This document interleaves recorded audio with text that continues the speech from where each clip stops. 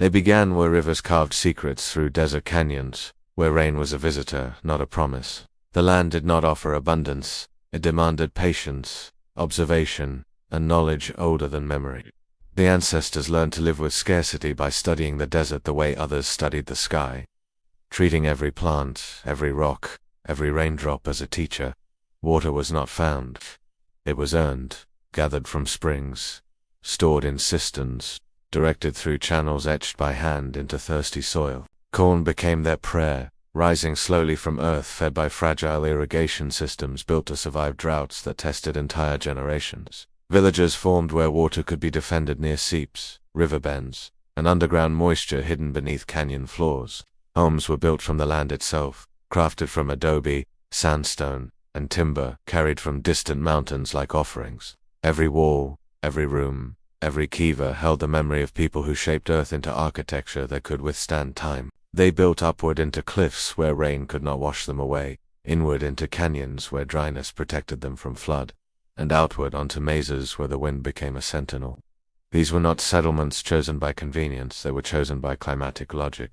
Human ingenuity applied to harsh reality.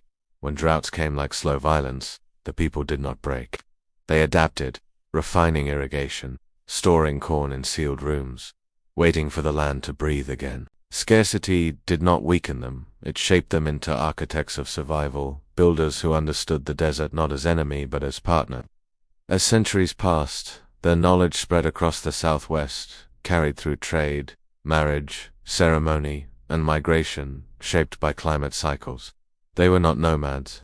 They were scientists of place, moving only when prolonged drought demanded new strategies. Their migrations were not abandonments, they were recalculations, like a river choosing a new path through stone. Villages rose and fell not because cultures collapsed but because ecosystems shifted, and the people shifted with them. From Mesa, Verde, Chaco, Canyon, Cayenta, and the Rio Grande valleys, generations built networks of food, water, and architecture wired into the land. Their cities were maps of adaptation, not empire, each settlement a lesson carved into the desert's memory. And as the climate continued to change, their descendants carried those lessons into new villages that would one day become Hopi, Zuni, and the Rio Grande.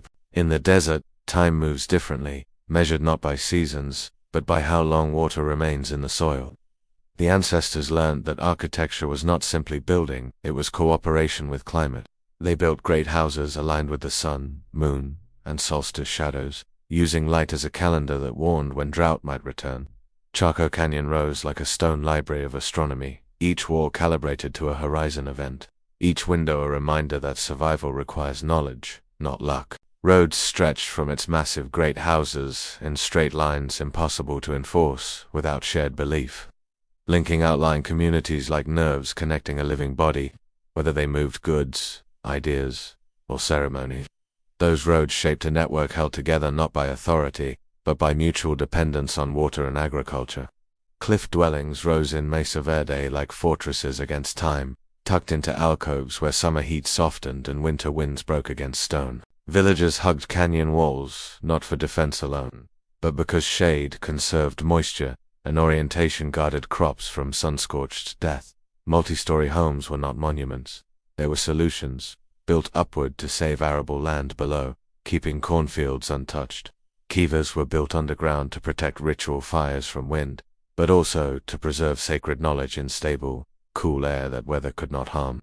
Irrigation systems expanded to chase seasonal water, guiding flow into soil that dried faster than any river could refill it. Check dams slowed runoff, terraces held moisture, and canals turned momentary floods into reliable gardens. When rain failed, people shifted fields, rotated crops, and moved communities closer to reliable springs, never waiting for disaster to choose for them.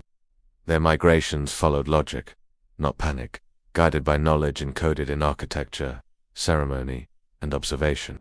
Chaco was not abandoned in collapse, it was recalculated, its population redistributed toward regions where rain still listened. Mesa Verde's departure was not defeat, it was a migration of engineers carrying experience into new soils.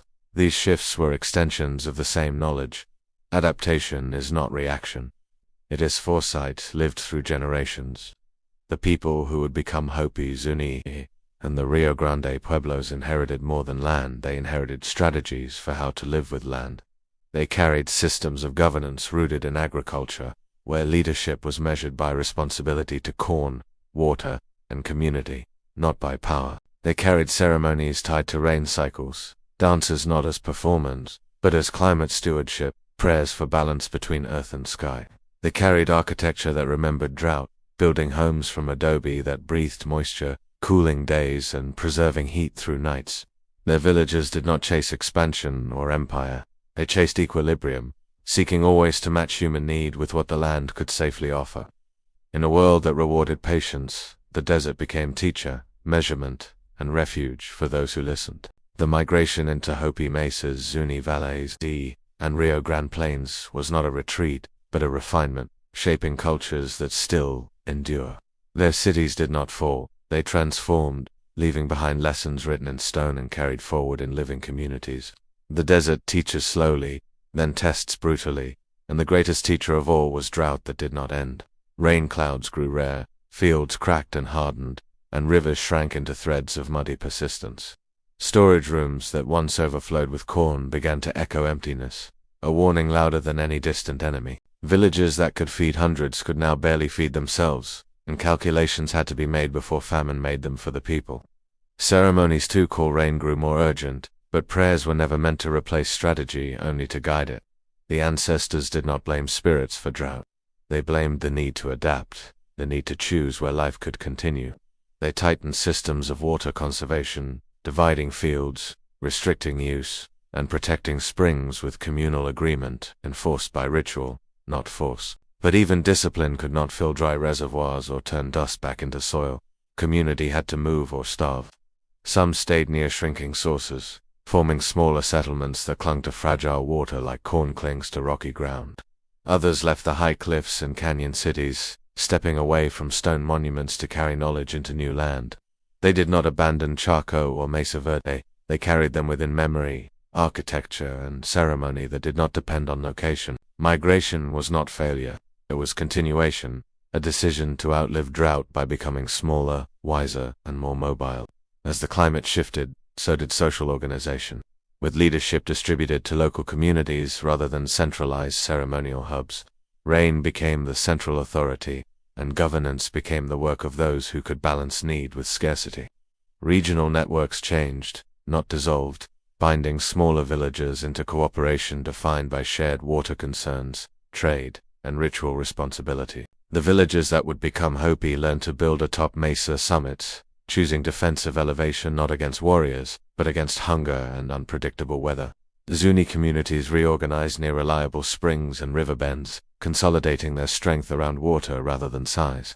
In the Rio Grande valleys, new pueblos formed along irrigation zones, joining knowledge from across the region to build canal systems more complex than before. Each settlement reflected centuries of lessons carried from canyon cities, but redesigned for new conditions, proving that culture is not tied to location but to practice. When drought ended, the land did not reclaim the old cities.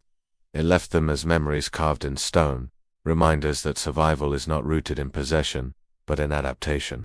The people who left did not look back because their identity did not live in walls, it lived in corn seeds, in ceremonies, in irrigation systems, and in rain calendars carried in song. Their ancestors were not forgotten in ruins.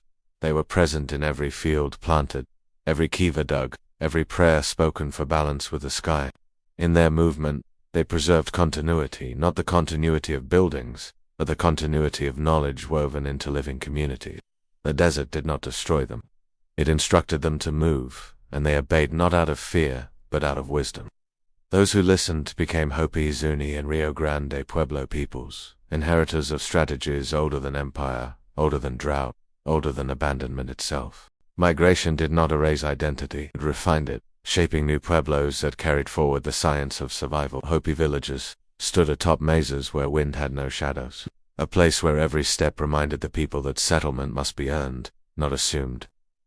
Their homes rose from sandstone and mud plaster, formed in layers like the stories they told, each generation adding another room to the memory of its ancestors. Zuni villages grew dense and communal, structuring space so that every household touched another, reflecting the belief that survival depended on shared effort. In the Rio Grande valleys, Pueblos stretched along fields fed by irrigation canals that turned unpredictable rain into steady harvest. Fields were not private property. They were held by families, but worked with communal agreements that protected crop rotation, water distribution, and soil health. Ceremonial cycles became calendars of survival, marking when to plant, when to harvest, and when to pray for balance between earth and sky. Rain dances were not attempts to control weather. They were acknowledgments that humans must align with forces greater than themselves. Kashina ceremonies at Hopi connected communities to spirits of rain, wind, and fertility, reminding every participant that climate is a relationship, not a resource. Zuni carried forward ceremonial orders that protected balance, assigning responsibilities that could not be bought or inherited without commitment to communal well-being. Rio Grande Pueblos preserved winter and summer ceremonial cycles, ensuring that rituals reflected seasonal climate needs rather than fixed religious doctrine. Their languages encoded ecological understanding, with words for soil conditions, rainfall patterns, and plant stages that had no equivalents in European languages. Their architecture continued to breathe with the land, using Adobe that absorbed heat and released it slowly, maintaining stable temperatures without fire. Terraces shaped water flow, controlling erosion and saving precious moisture in a landscape where one storm could be the difference between famine and surplus. Corn varieties developed over centuries, bred to withstand drought, growing with deep roots or fast maturity depending on local climate, proving that crops were technologies as precise as tools. Seeds were heritage, not commodity. They were passed from hand to hand like memory, protected as fiercely as language. Migration left behind ruins, but not abandonment, because every stone settlement served as a textbook, not a tomb. The people did not collapse. They spread knowledge across the Southwest, forming new communities that carried forward what climate demanded from them. Their continuity lives on not because they resisted change, but because they embraced it before crisis forced them. They taught that survival is not endurance against nature, but collaboration with its rhythms, accepting scarcity as a teacher rather than a threat. This worldview did not end with ancient Pueblos. It lives in the Hopi villages of 1st, 2nd, and 3rd Mesa, where ceremonial cycles still guide life. It lives in Zuni Pueblo, where art, religion, and agriculture remain inseparable, each sustaining the other like roots in shared soil. It lives in the Rio Grande Pueblos, Taos, San Ildefonso, Santa Clara, Acomat, and many more, where language and ritual still shape farming, architecture, and governance. Their ancestors walked through these communities as continuities, not as memories, proving that Pueblo life did not survive ruins. It transformed beyond them. What remains is not ancient history, but living science, practiced in homes of adobe, in fields of corn, and in prayers spoken for rain that still listens. The modern world arrived with concrete, dams, highways, and laws that pretended rain belonged to governments instead of land. Water rights became battles, not against drought, but against policies that treated rivers as resources to be owned rather than responsibilities to be shared. Pueblo communities faced dams that flooded ancestral fields, pipelines that threatened sacred springs, and legal systems that reduced climate to paperwork. Yet their response was not surrender, it was continuity, shaped through lawsuits, cultural protection, and refusal to treat water as a commodity. Hopi leadership defended mesas from coal mining, arguing not for profit, but for the integrity of aquifers that sustained both crops and ceremony. The Zuni blocked development that threatened rivers, claiming protection for religious sites that were also ecological systems of survival. Rio Grande Pueblos fought for irrigation rights, not only for agriculture, but for cultural identity tied to every field watered with ancestral techniques. They understood what the world often forgets: climate is governance, and water is law. Their resistance was not nostalgic. It was strategic, shaped by centuries of adaptation to cycles harsher than government deadlines. They taught that sustainability was not a trend but an obligation, carried through ceremony as much as through infrastructure. Pueblo farmers today still plant drought-resistant corn, still store seeds like memory, still read the sky before reading forecasts. Artists carve, weave, paint, and shape clay, embedding cosmology and water knowledge into objects that hold science disguised as beauty. Architects still use adobe, not as tradition, but as technology superior to concrete in climates where sun punishes walls that cannot breathe. Ceremonies continue without cameras, without publicity, without interruption from tourists, protected as living systems, not performances. Languages survive through children who speak words sculpted by desert logic, carrying ecological truths in vocabulary that European science is only beginning to recognize. No ancient ruin holds their identity because identity was never carved into stone. It was carved into practice, knowledge, and responsibility. They do not rebuild Chaco or Mesa Verde because those places were lessons, not destinations, temporary classrooms for learning how to live with scarcity. Colonizers misunderstood ruins as collapse, failing to see that migration was strategy, not disaster, and that movement was science, not defeat. Today's Pueblos continue that science by deciding where to build, when to plant, when to conserve, and how to balance human need with rain that answers only to balance. They stand as proof that the greatest architecture is not the structure of walls, but the structure of relationships between people, water, soil, wind, animals, and sky. Their resilience does not seek applause, because resilience, to them, is merely correct living. They do not claim victory because the desert teaches humility, reminding them that survival is earned every season, every rainfall, every generation. What endures is not ancient culture frozen in time, but a living civilization adapting through wisdom older than climate records. Their ancestors do not belong to the past. They walk in cornfields, in irrigation ditches, in kivas, in pottery, kilns, in the shadows of adobe houses still breathing with sun-baked heat. They are not ruins, they are continuity made visible. They are not relics, they are future shaped by memory. They are not survivors, they are stewards, proving that sustainability is not invention, it is inheritance. The story does not conclude with disappearance, but with renewal through responsibility to the land. The Pueblo peoples remain what the desert taught them to be, enduring, adaptive, and inseparable from the climate that shaped them. Their knowledge did not collapse. T continues. And because it continues, so do they. Scientists study weather satellites and climate databases, but Pueblo farmers read the sky with knowledge older than writing. Meteorologists forecast rainfall through models, but Pueblo communities forecast through cloud behavior, wind direction, and soils sent before storms. Engineers design irrigation systems with sensors, yet ancestral Pueblo. Canals held gradients so precise that water flowed evenly across fields without metal or electricity. Modern architecture struggles to balance temperature without heavy fuel use.